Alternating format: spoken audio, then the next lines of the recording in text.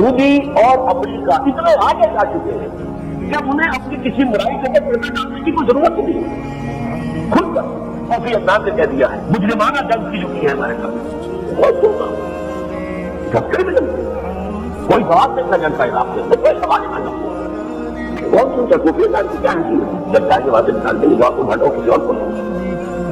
یہ ہے اس وقت کا سب سے بڑا چیلنج جو اپنے کے دو طرف سے آؤ اور تو باہر نکالو شرم و حیا کے پردے سے ہٹ کرو.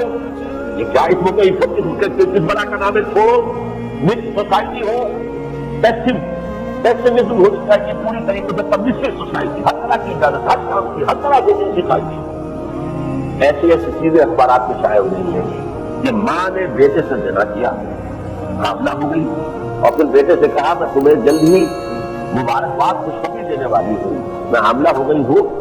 ویڈیو شروع کرنے سے پہلے ایک گزارش ہے اگر آپ ہمارے چینل پر نئے ہیں تو سبسکرائب ضرور کریں اور ڈاکٹر اسرار احمد رحمت اللہ علیہ کے لیے سورہ فاتحہ پڑھ کر کامنٹ میں آمین لکھنا نہ بھولیں. شکریہ. اب جو بچہ ہوگا وہ تمہارا بھائی بھی ہوگا اور تمہارا بیٹا بھی ہوگا.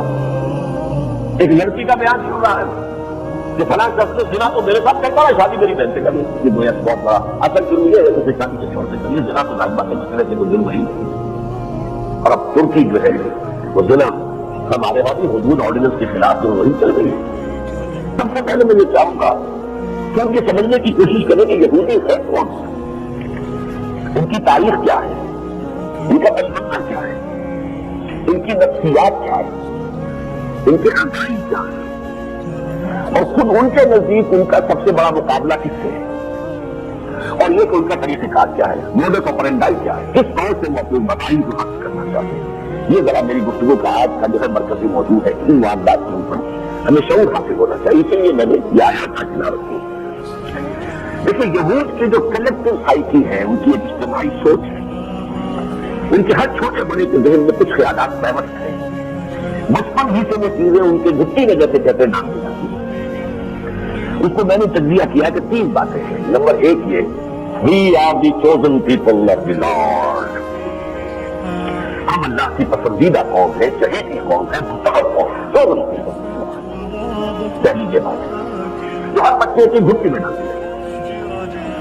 دوسری بات یہ کہ اصل مکمل انسان صرف ہم ہیں باقی جو غیر یہودی ہیں جتنے بھی دنیا میں ہیں یہ سب انسان نما حیوان ہے کہ نظر تو آتے ہیں انسان حقیقت میں تمام.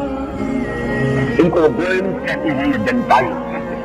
یہ گوئنز اور جنٹائز جو ہے یہ در حقیقت پورے انسان نہیں ہے ہیومن بینگز نہیں ہے یہ حیوانات ہیں انسان کی شکل میں. اور نمبر 3 یہ کہ ان حیوانات کا استحصال کرنا ہمارا استحقاق ہے جیسے کہ حیوانات کو استعمال کرنا انسان کا حق ہے.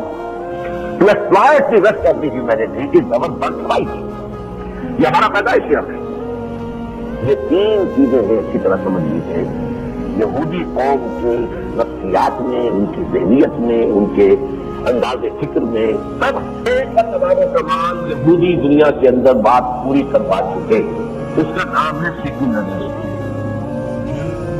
کہ مذہب انسان کا انفرادی معاملہ ہے اجتماعی معاملے سے کسی مذہب کا کوئی تعلق نہیں. گویا کہ اللہ کو بے دخل کر دیا. ہماری ریاست حکومت سیاست قوانین عدلیہ اس سے تمہارا کوئی سروکار نہیں. تم مسجد میں بیٹھو وہاں آئیں گے ہم متھا ٹیک دیں گے جیسے بت رکھا رہتا ہے مندر کے اندر جا کر ہندو جا کے متھا ٹیک دیتے ہیں ہم آئیں گے بس. باقی ہمارے بازار ہماری عدالتیں ہمارے بینک وہ سود پر چلیں گے. پوری دنیا میں چل رہا ہے معاشی نظام پوری دنیا میں سود اور جوئے سے ہوگا اسپیکولیشن ہے اس کے اوپر پورا مشہور ہے اور یہ سب یہودیوں کے پیدا کرتے اس کو تفصیل بھی نہیں کر سکتا. آخری حملہ اس کا ہے خاندانی نظام قسمت و عفت کے تصورات شرم و حیا کا تصور اس کا مغرب میں وہ کر چکے ہیں. اس کی وجہ ہے بڑی تاریخی عیسائیوں نے یہودیوں کو بہت ستایا. یوں سمجھیے کہ تقریباً 1000 برس تک انہوں نے ستایا ہے بہت پرسیکیوٹ کیا ہے. سن 300 عیسوی میں قسطنطین اعظم جو تھا ایمپرر کانسٹینٹائن جو کہ رومن امپائر کا شہنشاہ تھا وہ عیسائی ہو گیا. تو حضرت عیسیٰ کے بعد 300 برس تک تو عیسائیوں کو ستایا جاتا تھا، مارا جاتا تھا. وہ جو پیغم تھے مشرک وہ بھی مارتے تھے اور یہودی بھی مارتے تھے. لیکن جب سلطنت عیسائی ہو گئی اب ماتھا مارا. اب عیسائیوں نے یہودیوں کو مارا. یورپ میں انتہائی پرسیکیوٹ تھے، نہایت قابل نفرت ہو.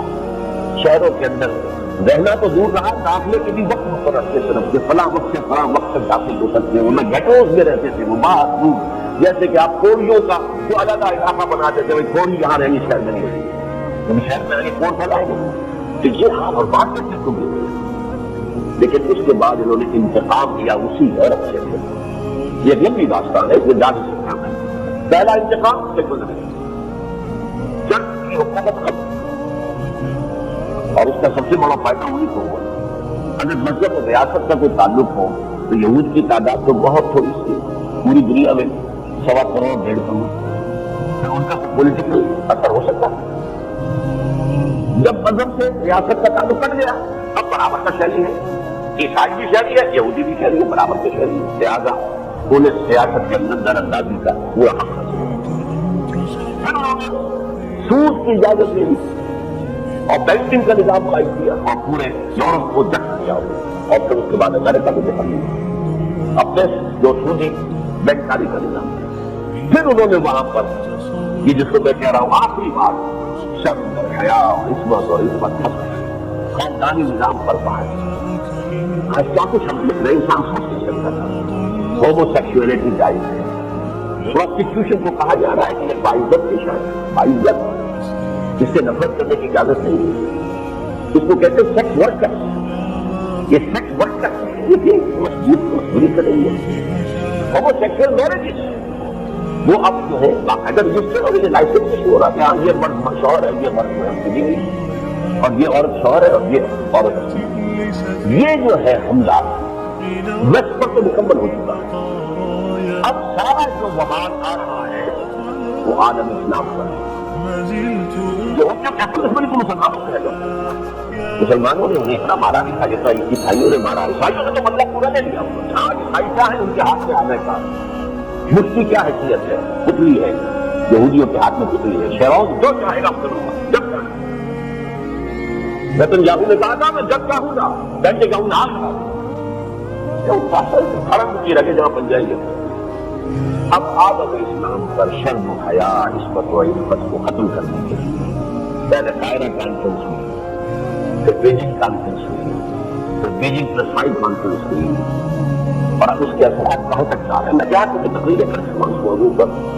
تو پروگرام کیا تھا؟ بیجنگ +5 کانفرنس 2013 میں ہوئی. پروسٹیٹیوشن کو، اس پر فروشی کو باعزت پیشہ بنا جائے. ہومو سیکسولیٹی کو بھی ایک نارمل ایک انسان کا ایٹیٹیوڈ سمجھا جائے. یا نارمل نہیں. عورت اور مرد بالکل برابر ہوتے ہیں. ان کے نہ وراثت میں فرق ہوگا اور نہ ہی قانونی اور حقیق میں طلاق میں اس میں اختیار برابر ہوگا. عورت گھر کا کام کرے گی تو وہ شخص سے ویجز مانگنے کی حقدار ہے. مجھے گھر کا کام کرنا ہے. حمل کا بوجھ اٹھائے گی اور ولادت کی تکلیف برداشت کرے گی تو اس کی اجرت کو اپنے شوہر سے لینے کی حقدار ہوگا. آپ کیا کرنا ہے اور وہ تو گھر سے نکال دے گا. اسی وجہ سے احادیث میں دجال کے بارے میں بڑی پیاری حدیث آئی ہے. آخر من یخرج الیہ النساء، دجال کی پکار پر سب سے آخر میں نکلنے والی عورتیں ہوں گی. گھروں سے نکلے گی تو دجال گھروں سے نکال دے گا. نکل کے باہر اور سڑکوں پر اور اپنے حسن کی نمائش کرتے کرو. تم اپنے جو ہے شرکاہوں کو بیچ کر کمائی کرو. تمہیں کوئی اس کے اوپر احساس اسی طرح کا احساس. یہ ہے social engineering program of United Nations Organization General Assembly کے پاس. اس پر بدقسمتی کیا ہے ہماری؟ سب سے پہلے لبیک کہنے والا پاکستان. 33% عورتیں جو ہے ہر فتح کے اوپر نمائندگی کریں. آج تک پوری دنیا میں کہیں نہیں. عورت کو گھر سے نکالنے کا اس سے بڑا ہوگا کیا ہوگا؟ آج صورتحال یہ ہے جو سب سے بڑا خطرہ لاحق ہے اور جو چیلنج درپیش ہے اور جو دشمنی کا سامنا ہے وہ ہے یہود سے اور ان کے آنے کا عیسائیوں سے. اور یہ جو تصادم ہے کہ